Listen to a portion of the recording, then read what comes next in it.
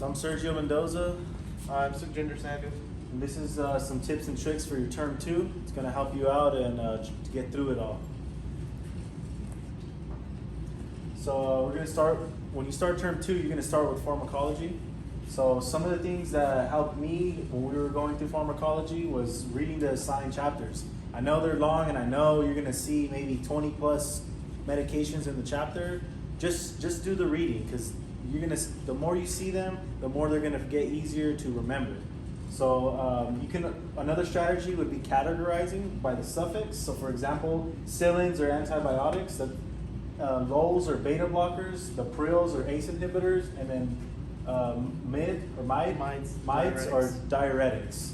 And then I also practice verbalizing. So you verbalize and speak it out loud. Like I usually use my girlfriend as an example. So I usually say what the action of a drug is, what it's used for, what are the indications for it, the side effects that you can get. The more you verbalize it, it's going to get easier for yourself to remember them, and it's going to help you out that way.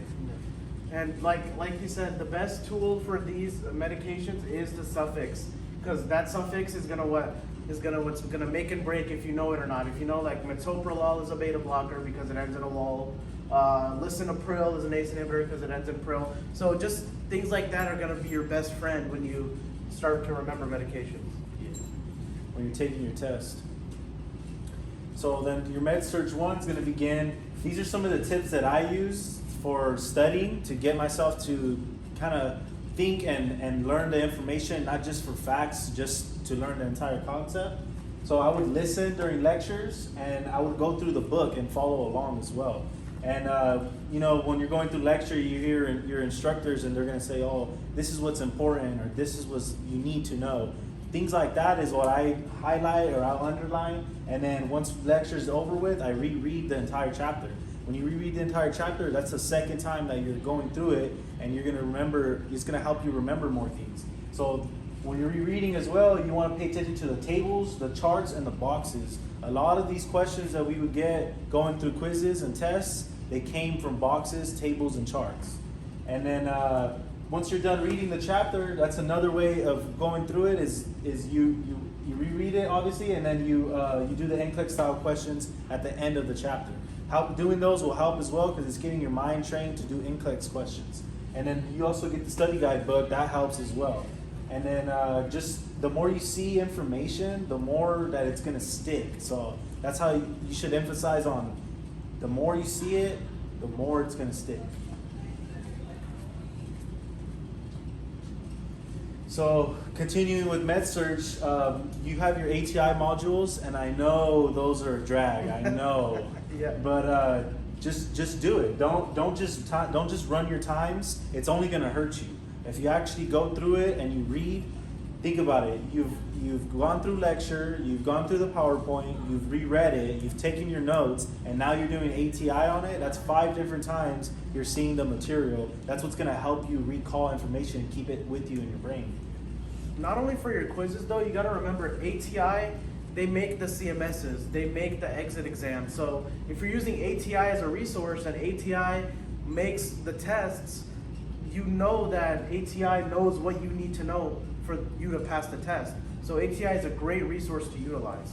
And that's why I emphasize here in CABS, the more you see the information, the more it gets easier to recall. So just by doing lectures, notes, PowerPoints, reading chapters, and answering questions, and doing your ATI, you're just training your brain to just remember the information and make it stick.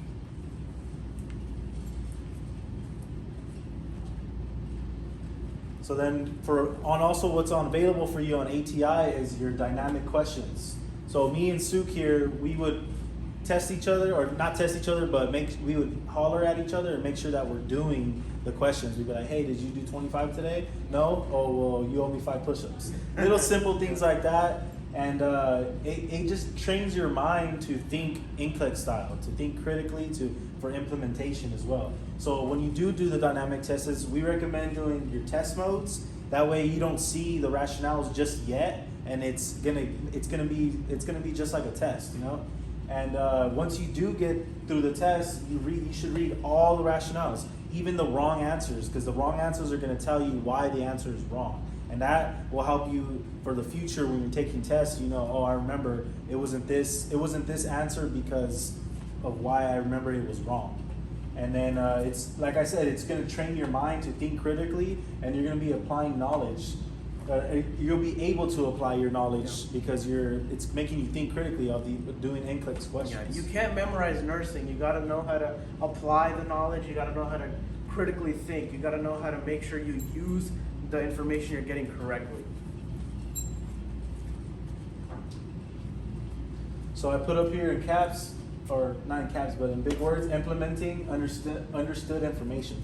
So just like Suk was saying, you don't want to just learn facts. You want to understand the concept so that you're able to implement what you learned. Because questions on the test and CMSs, they're not going to just ask simple facts. They're going to ask you questions around the concept of what you learned.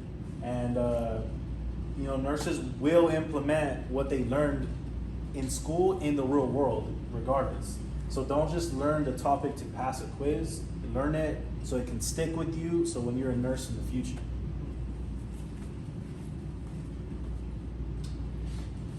So your content mastery series, CMS, those they're gonna challenge you. They will challenge you. But you know, focus reviews, they're your best friends. They're gonna, when you go through it, it's simple to just read what is being highlighted, because it'll show you in yellow what's the specific thing you missed.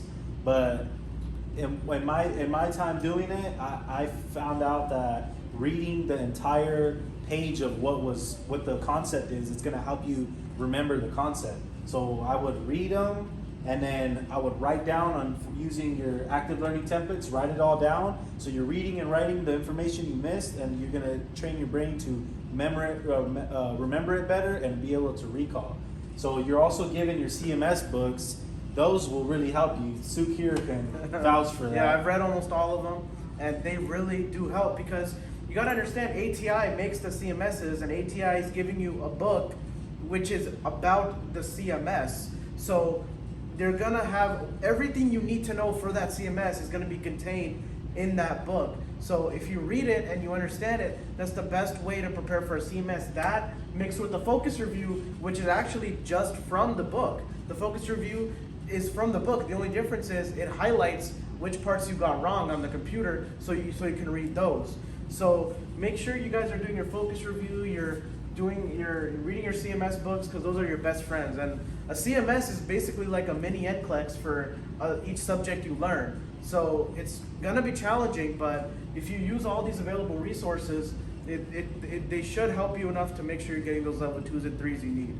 And see, in ATI, how I said you're doing your dynamic quizzes. So this is where, when you're studying to prepare for a CMS, you want to use dynamic quizzes for the topics that are going to be on your CMS. Yeah. So if it's pharmacology, you want to do pharmacology dynamic quizzes.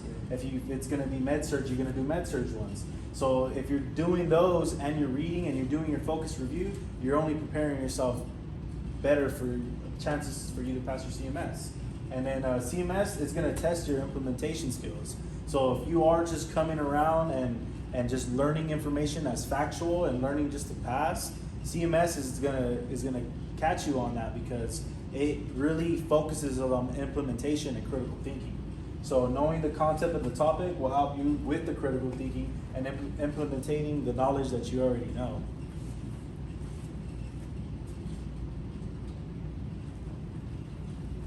We'll have to cut that. We're good?